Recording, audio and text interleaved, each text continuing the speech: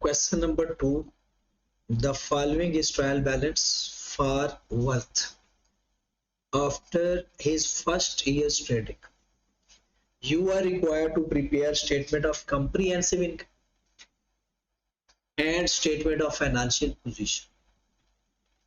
सबसे इम्पोर्टेंट चीज यहाँ पर हमने देखा कि जो इस वैल्यूज हैं वो सारी इन थाउजेंड्स में है, वो सारी इन थाउजेंड्स में है, मतलब सबके साथ 3 जीरो हैं।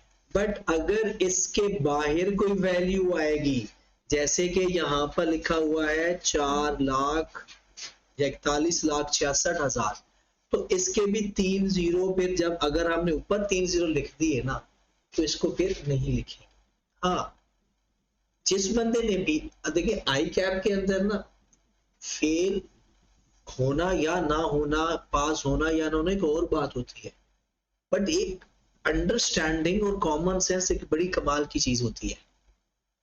आपको मैंने पहले भी बताया था, जब आप कोई चीज लिखते हो ना अपने हाथ से, वो आपको आती भी हो, फिर आप लोगों का आपको अच्छा, हर आने वाले दिन में आपको अच्छा लगना शुरू हो जाएगा। जैसे यहां पर लिखा हुआ है 23,803 परचेजेस की अमाउंट है। किसकी अमाउंट है? अगर आपको गलती हो सकती है, ब्लेंडर नहीं होना चाहिए। अगर आप इसके ऊपर हमें पता है ना 3 जीरो है, तो असल ये वैल्यू कोई तकरीबन मेरे ख्याल में कोई करोड़ों के हिसाब से है। अब इसमें से जो अगर हम यहां पर 3 जीरो लगा देते हैं, इसमें से क्लोजिंग स्टॉक इतना बच गया। इसका मतलब समझते हो, इतनी चीजें मैंने खरीदी, बाकी सारी सेल हो गई, क्लोजिंग स्टॉक इतनी अनसोल्ड बच गई, इतनी अनसोल्ड बच गई। ये इसका मतलब है क्लोजिंग स्टॉक का, कि जितनी मैंने चीजें खरीदी थी सारी नहीं बिकी, जो बच गई वो मैंने करंट एसेट में लिख दिया। अब जरा ध्यान तो करो, हमने परचेज में से क्लोजिंग स्टॉक माइनस कर रही है, वो परचेज के अंदर मौजूद होता है, वहां से माइनस करके हमने कहां पर जाकर लिखा? करंट एसेट के अंदर। क्यों लिखा ये थोड़ा सा आप वेट करें, मैं आपको डिटेल में बताऊंगा जब मैं आपको matching concept, accrual concept, prudence concept आप सीखें। अब अगर गलती इंसान से हो जाती है, अगर गलती से आपको ये नहीं 3 जीरो वाला कॉन्सेप्ट पता चला, आपने परचेज लिख दी 23,803, आपने ऊपर वाली 3 जीरो देखी नहीं, ठीक है, और आपने क्लोजिंग स्टॉक लिख दिया कुछ ऐसे, तो ये बात आपसे हजम ही नहीं होनी चाहिए थी कि भाई मैं 23,000 का स्टॉक खरीद रहा हूं और मेरे पास जो अनसोल्ड पड़ा हुआ है वो 41 लाख का पड़ा हुआ है। हाउ इज इट पॉसिबल कि एक चीज यहां एक सूरत में पॉसिबल हो सकती है। एक मेरा दोस्त था, तो चाय का काम करता था, चाय के जो बनाते हैं, मैंने पूछा कितना का दूध कंज्यूम हो जाता है आपके चाय बनाते वक्त? कहता है 5 किलो खरीदता हूं, सारा दिन चाय भी बिक जाती है और घर में 6 किलो ले जाता। क्या करता है? पानी। ऐसा तो पॉसिबल है कि आपने 23,803 की चीजें खरीदी, उसको ज्यादा किया, बेची भी सही, और वरना तो ऐसे ब्लेंडर नहीं मारते। बस हम ना रट्टा लगाने के आदी हो गए, शुरू से समझ के पढ़ने की आदत खत्म हुई है, तो हम पे यहाँ पर हमें रट्टा तो वो तो आप भूल नहीं सकते, खत्म नहीं कर सकते, वो जितना आपने पक्का कर लिया, लेकिन उसके अंदर समझ ऐड कर दे, बस मजा आएगा। बस यही इसमें था, बाकी सवाल ये सीधा साफ सुथरा था। तो हमने अब सवाल थोड़ा सा इसको कर लेते हैं, क्योंकि वो जब तक वो नहीं आते तब तक हम सवाल ही करते रहते हैं। बिजनेस का नाम आपको ऊपर लग रहा था कि वर्थ है,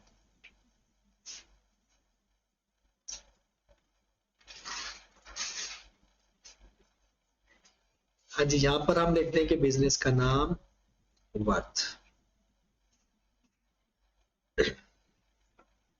फिर हमने लिखा स्टेटमेंट ऑफ कंप्रिहेंसिव इनकम।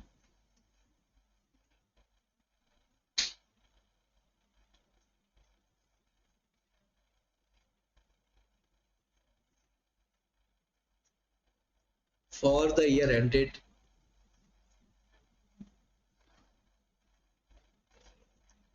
हाँ जी, ईयर एंड कितना है बोला? जून 2013।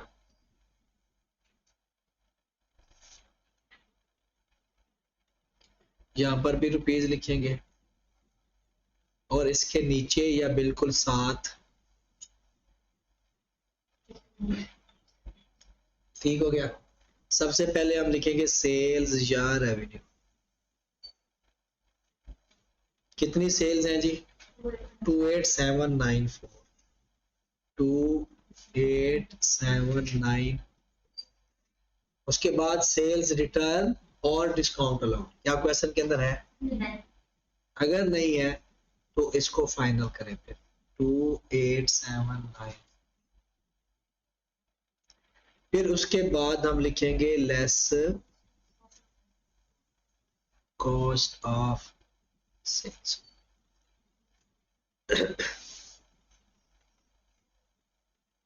ओपनिंग स्टॉक, हाँ जी, क्वेश्चन के अंदर ओपनिंग स्टॉक देखेंगे। और अगर आपने क्वेश्चन को गौर से पढ़ा होगा ना, तो यहाँ पर उसने क्या लिखा हुआ है? The following is trial balance of first year trading, पहला साल है, इसका मतलब पिछले साल बिजनेस ही नहीं था, इसलिए ओपनिंग स्टॉक नहीं है। फिर हम लिखते हैं जी परचेजेस, प्लस करेंगे परचेजेस 23803, 23803। कैरेजिन है, ग्रॉस प्रॉफिट तक सारा सीक्वेंस याद रखना है। कैरेजिन नहीं है, परचेज रिटर्न है, डिस्काउंट रिसीव्ड है, तो क्लोजिंग स्टॉक ट्रैक चले जाए।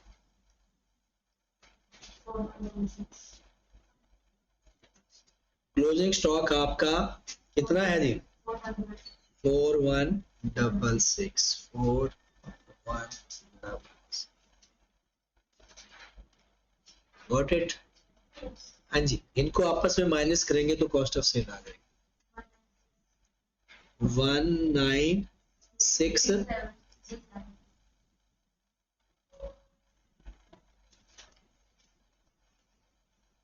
हाँ जी, सेल में से कॉस्ट ऑफ सेल माइनस करेंगे तो हमारे पास आएगा ग्रॉस प्रॉफिट। कितना? 9157। इसके बाद हमने क्या करना है जी? Less other expense.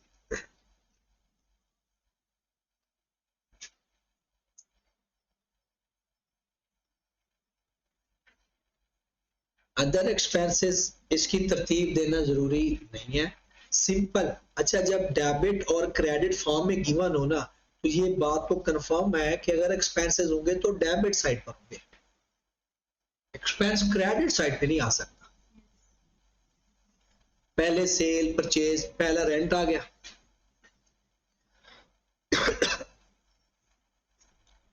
रेंट कितना है जी? 854।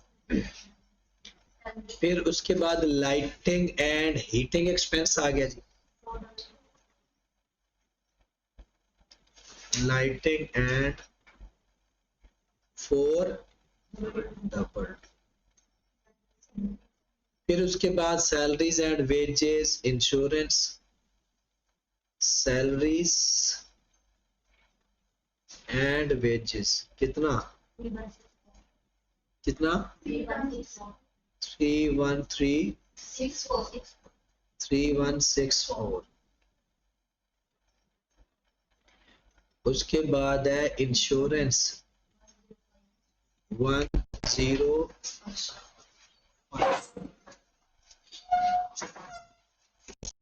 फिर उसके बाद इंश्योरेंस के बाद क्या है? Receivables, payables, furniture fitting, receivable, sundry expenses.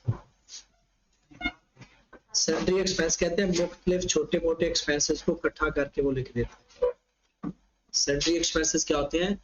मुख्तलिफ छोटे मोटे एक्सपेंसेस को ऐड करके लिख देता है, उसे हम सन्ड्री एक्सपेंसेस कहते हैं। 506। उसके बाद सन्ड्री एक्सपेंसेस के बाद हमारे पास आ जाता है motor running expense. Motor running expense 111133। ये हमारे एक्सपेंसेस का टोटल आ गया। इसका टोटल कर ले, कितने आ रहे हैं अदर एक्सपेंस? 6184। अब ग्रॉस प्रॉफिट में से आप सारे एक्सपेंसेस माइनस कर दोगे तो क्या नाम बोलेंगे? Operating profit.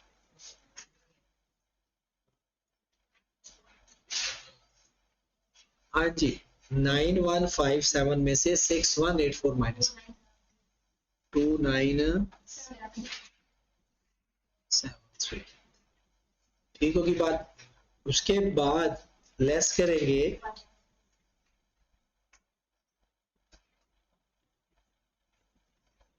नहीं है क्वेश्चन के अंदर, ऐड करेंगे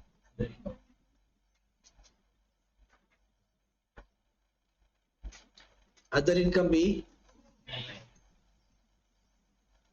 हमारे पास आ गया नेट प्रॉफिट।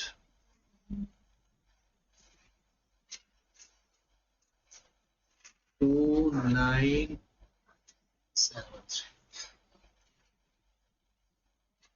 ये आपकी फाइनेंशियल स्टेटमेंट तैयार हो, स्टेटमेंट ऑफ कंप्रीहेंसिव इनकम। ठीक होगी बात? नेक्स्ट, उसके बाद बनानी है इसकी स्टेटमेंट ऑफ फाइनेंशियल। स्टेटमेंट ऊपर नाम लिखेंगे,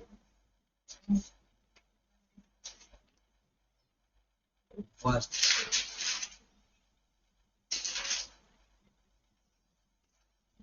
statement of financial position. Statement of financial position as at 30th June 2013। हाँ जी, सबसे पहले यहाँ पर रुपीज और यहाँ पर क्या लिखेंगे? 1000। सबसे पहले यहाँ एसेट्स लिख देते हैं जी,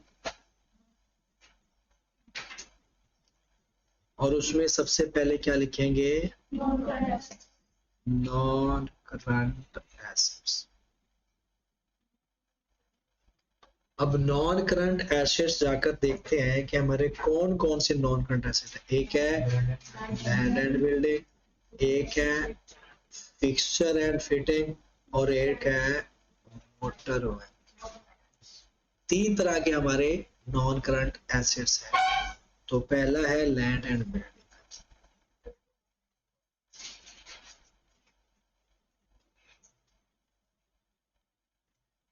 लैंड एंड बिल्डिंग कितनी अमाउंट की है? 50,000। उसके बाद है फिटिंग एंड फिक्स,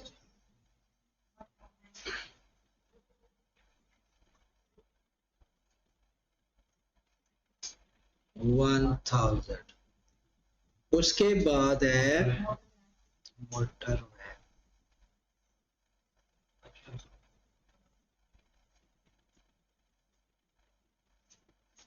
ये आपके है नॉन करंट एसेट्स। करो जरा प्लस तीनों को।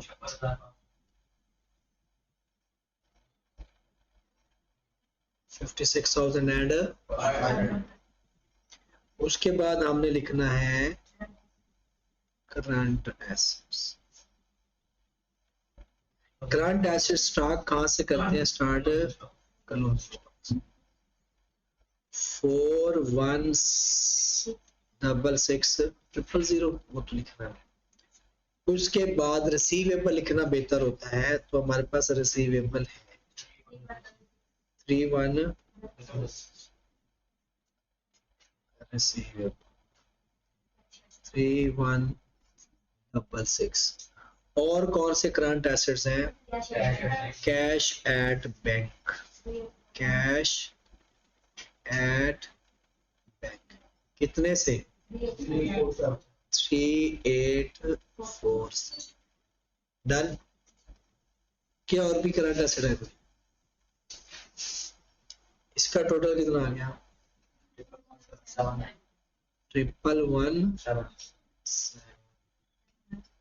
1117 अब आ गया total assets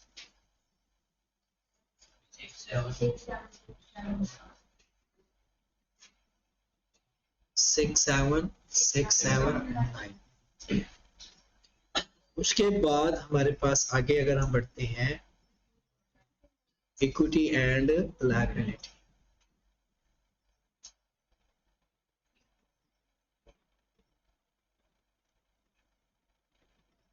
equity and liability, equity and liability में सबसे पहले आता है इक्विटी कैपिटल। इसे ओपनिंग कैपिटल भी कह सकते हो, कैपिटल भी कह सकते हो। कैपिटल कितना है जी? 65,900। फिर उसके बाद plus net profit. Net profit कहां से लेते हैं? जो हमारी स्टेटमेंट पड़ी है 2973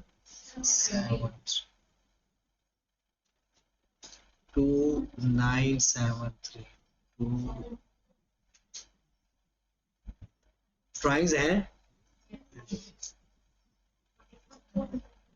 प्राइस कितनी है जी? 2400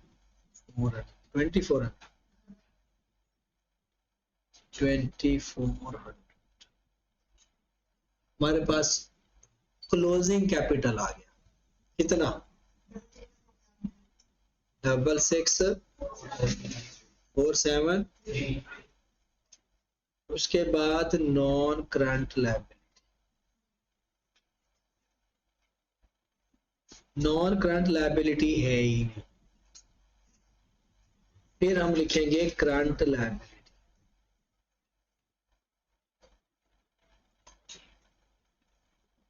करंट लायबिलिटी में जहां पर हमारे पास पेबल्स आ रहे हैं कितने से? 1206 से पेबल्स 1200। इसके अलावा कोई करंट लायबिलिटी है?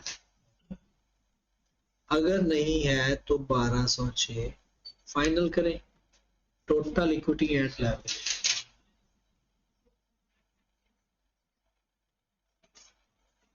67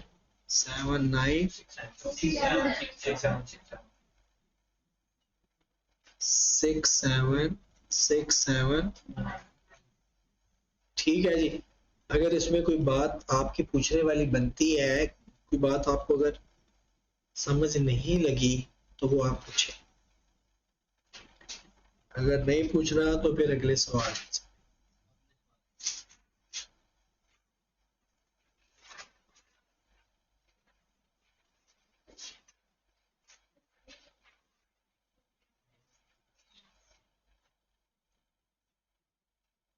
क्वेश्चन नंबर 3।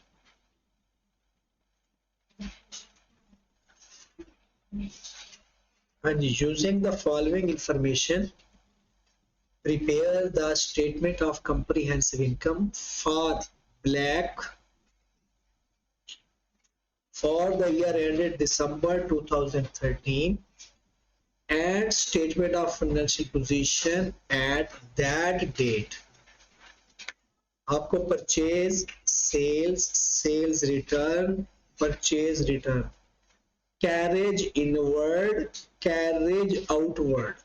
जो कैरेज इनवर्ड होता है ना वो किधर जाता है, कॉस्ट ऑफ सेल के अंदर, और जो कैरेज आउटवर्ड होता है वो अदर एक्सपेंस में जाता है। Carriage inward cost of sale का हिस्सा बनता है और कैरेज आउटवर्ड अदर, ये दोनों ही एक्सपेंस है। कॉस्ट ऑफ सेल भी एक्सपेंस है और अदर एक्सपेंस भी एक्सपेंस है। ये जो कॉस्ट ऑफ सेल में चीजें जाती हैं ये डायरेक्ट एक्सपेंस होते हैं। आपको याद होगा कि जब हमने शुरू से एक्सपेंसेस की लिस्ट पढ़ी थी तो एक डायरेक्ट एक्सपेंस लिखवाए थे, एक अदर एक्सपेंस लिखवाए थे। तो डायरेक्ट एक्सपेंस के अंदर हमने क्या क्या लिखा था, purchase, carriage in, insurance and transit. जो डायरेक्ट एक्सपेंस है वो कॉस्ट ऑफ सेल में लिखकर करने हैं, और जो अदर एक्सपेंस है वो अदर एक्सपेंस की लिस्ट में लिखनी। ठीक होगी बात। तो जनाब आपके पास कैरेज इन भी है, कैरेज आउट भी है। कैरेज इन ये तो पता है ना क्या होता है, जब स्टॉक खरीदते हैं उस पर जो कैरेज पे करते हैं दैट इज कैरेज इनवर्ड। और कैरेज आउटवर्ड जब कुछ स्टॉक किसी कस्टमर को डिलीवर करते हैं और अगर हमने उसको डिलीवरी की फैसिलिटी दी हुई है तब का जो किराया लगता है वो कैरेज आउट।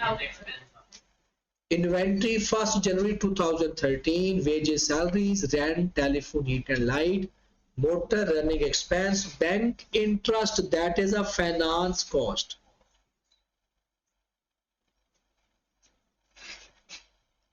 बैंक इंटरेस्ट क्या होता है, finance cost. Land and building, motor van, payables, bank overdraft, receivables, cash in hand, drawings and capital. Ji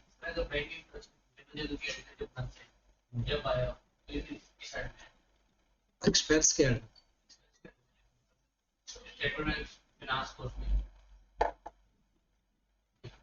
expenses को लिखने के तरीके हैं, डायरेक्ट एक्सपेंस, ऑपरेटिंग एक्सपेंस, और जो बाकी बच गया है वो सारे अदर एक्सपेंस। चले जी, नाम क्या है इस भाई साहब का, ब्लैक। हाँ जी ब्लैक। उसके बाद statement of comprehensive income,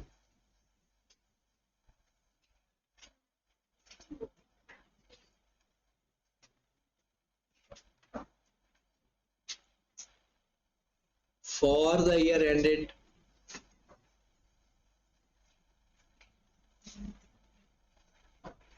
year and क्या है जी इसका, दिसंबर 13।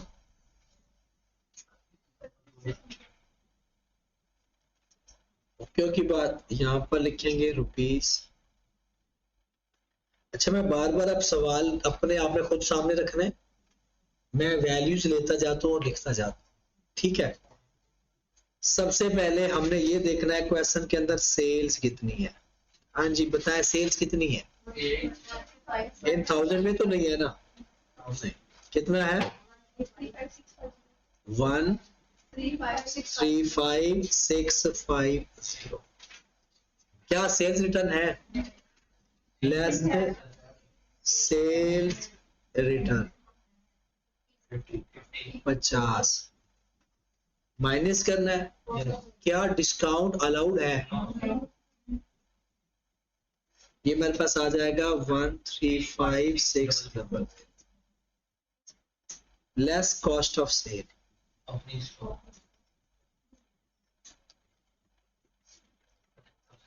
Less cost of sales. सबसे पहले opening stock 7500 plus purchases, purchases कितनी है 5426। क्या कैरेज इन है, तो प्लस कर देते हैं कैरेज इन 100। क्या परचेज रिटर्न है, तो माइनस कर देंगे परचेज। क्या डिस्काउंट रिसीव्ड है, तो क्लोजिंग स्टॉक पे चले जाएंगे। Minus closing stock. ये सिर्फ वो बंदा 9500 जिसने अपना सोल्यूशन मैच करना है, जिसने पहले सवाल हल नहीं किया पहले वो हल करेगा फिर इससे सोल्यूशन अपना मैच कर लेगा। हाँ उसने तो डायरेक्ट बता दे। इसका कितना आंसर आ गया कॉस्ट ऑफ सेल 52300 52300। इसका हमारे पास क्रॉस प्रॉफिट आ जाएगा 83300 क्योंकि बात। उसके बाद हमने चले जाना है लेस अदर एक्सपेंसेस।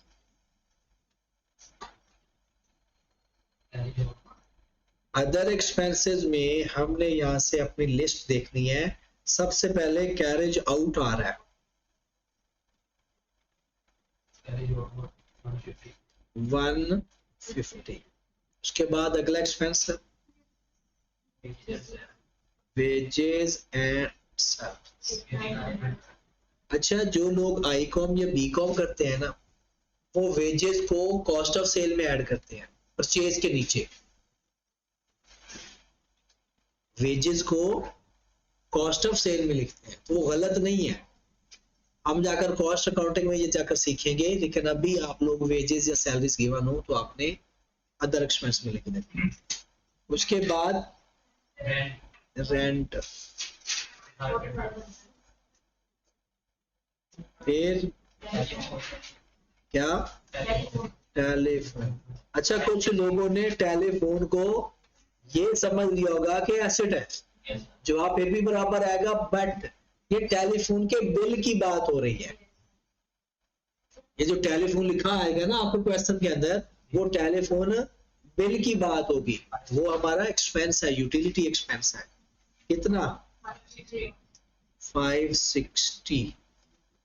टेलीफोन के बाद heat and light Yes, sir. 890. 890। Heat and light के बाद motor van running expense. Motor van बजाते खुद एसेट है लेकिन उसके जो एक्सपेंस है वो एक्सपेंस में है रनिंग एक्सपेंस। कितना 1250। उसके बाद Answer. कितने आ गए टोटल एक्सपेंस 1625. 16250। बैंक इंटरेस्ट आएगा फाइनेंस कॉस्ट के अंदर इसमें नहीं आएगा। वैसे अगर आप टोटल फाइनेंस कॉस्ट को अलग से नहीं लिखते तो फिर ये भी इधर आ जाएगा बट अगर आप सेग्रीगेशन करके लिखते हो तो वो नीचे माइनस कर दो आंसर तो सेम ही आना है ना। हाँ जी आंसर तो सेम आएगा। आप परचेज भी इधर लिखोगे तो आंसर सेम आएगा।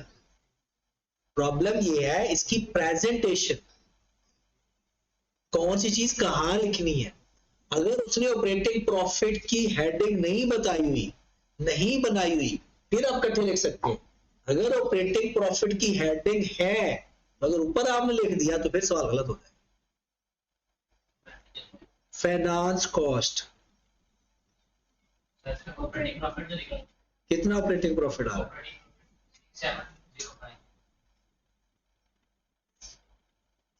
705. 67050। फाइनेंस कॉस्ट बैंक इंटरेस्ट आधे से लिखने की जरूरत नहीं है. क्या आधे से लिखना जरूरी है. नहीं जरूरी नहीं है। बैंक इंटरेस्ट कितना है 534. 534। कोई और फाइनेंस कॉस्ट है तो फाइनेंस कॉस्ट होती नॉर्मली दो है bank interest bank charges. Finance को लेके आगे 530. लिख सकते हैं बिल्कुल लिख सकते हैं। फाइनेंस कॉस्ट लिख के डायरेक्ट 534 लिख सकते हैं। ये तो एक बेस्ट प्रेजेंटेशन बता रहा हूँ पेपर में तो आपने जवाब की तरफ पहुंचना होगा ठीक है उसमें आपने जैसे मर्जी कर क्योंकि एमसीक्यू टाइप होता है तो हो जाता है। फाइनेंस अदर इनकम है तो हेडिंग चाहे ना बनाए तब भी काम चल जाएगा। And other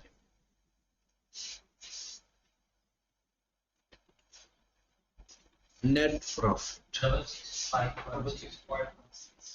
6651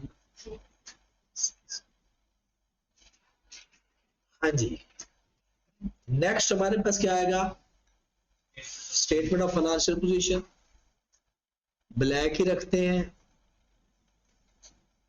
statement of financial position.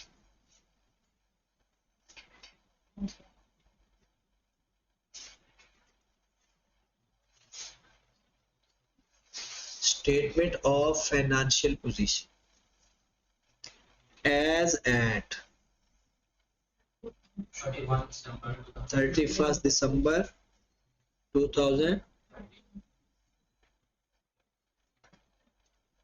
सबसे पहले एसेट्स आएंगे तो उसमें से नॉन करंट, हाँ जी, सबसे पहले नॉन करंट एसेट कौन सा है, लैंड एंड बिल्डिंग,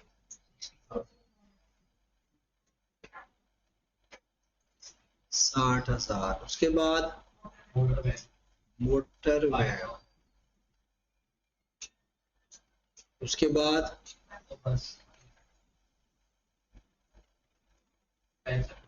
बाद आ जाएगा करंट एसेट्स,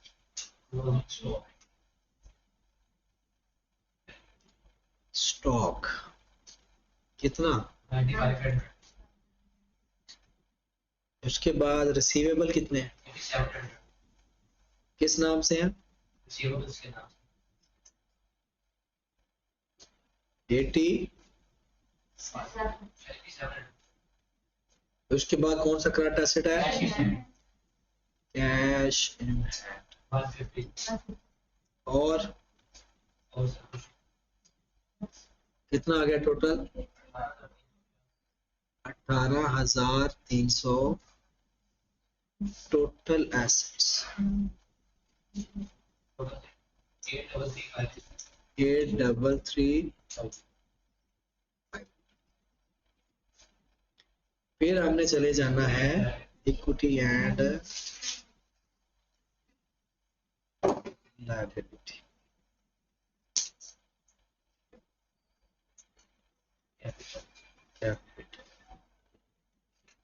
कितना 434 प्लस कर देंगे, कितना था 516। ड्राइंग्स हैं,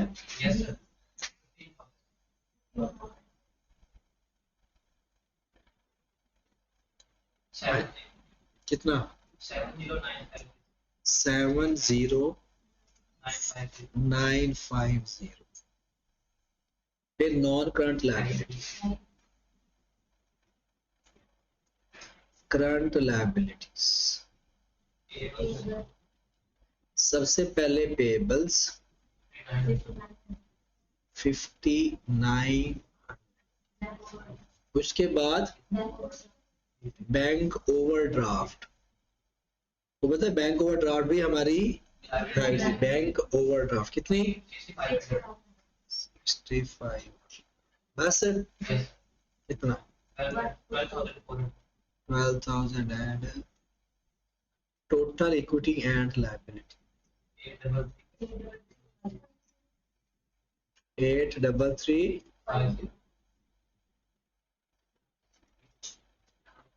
ये आपने मैच करना है। और उसके बाद क्वेश्चन नंबर 4 के अंदर एक कॉन्सेप्ट आप पढ़ने जा रहे हो।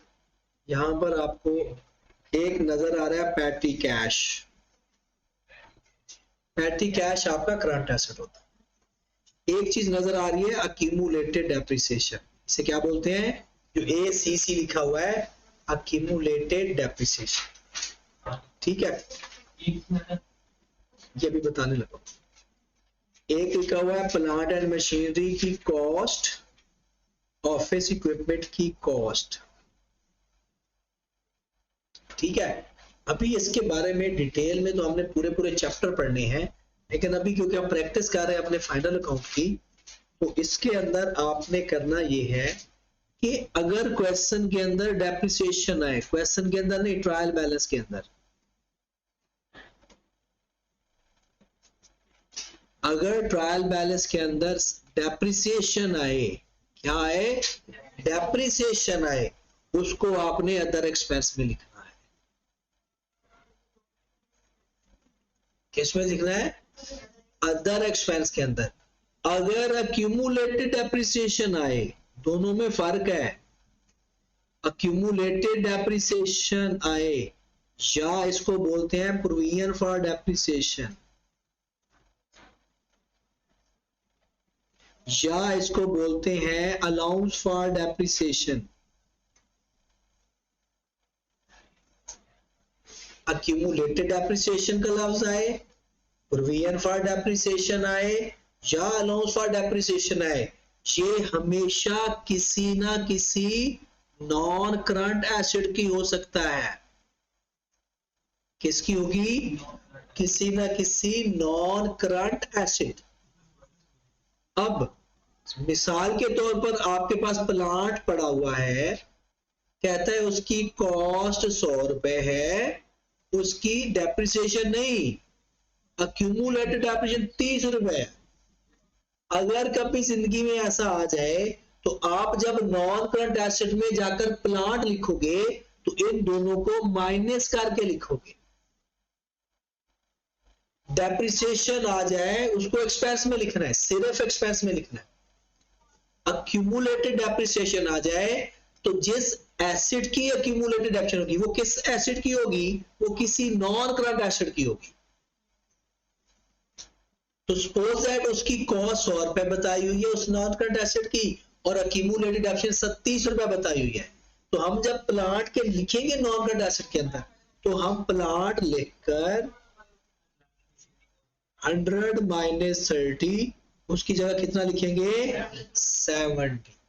बिल्कुल अगर इस सवाल में देखो तो प्लांट एंड मशीनरी की कॉस्ट कितनी है, 1,25,000 और उसकी अक्यूमुलेटेड डेप्रिसिएशन कितनी है, 28,000।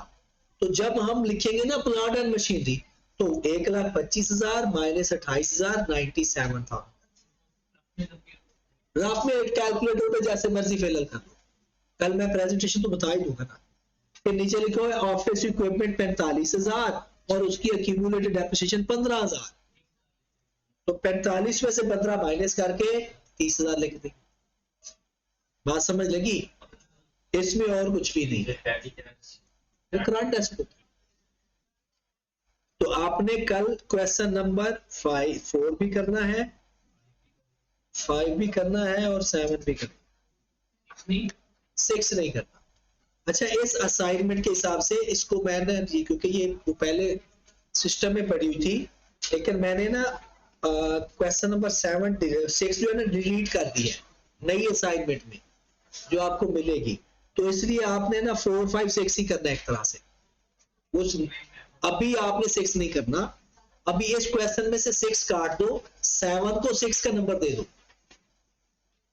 आपकी असाइनमेंट में जो 7 है उसको 6 का नंबर दे दो, बट जो अपडेटेड असाइनमेंट होगी उसके अंदर 6 है ही नहीं।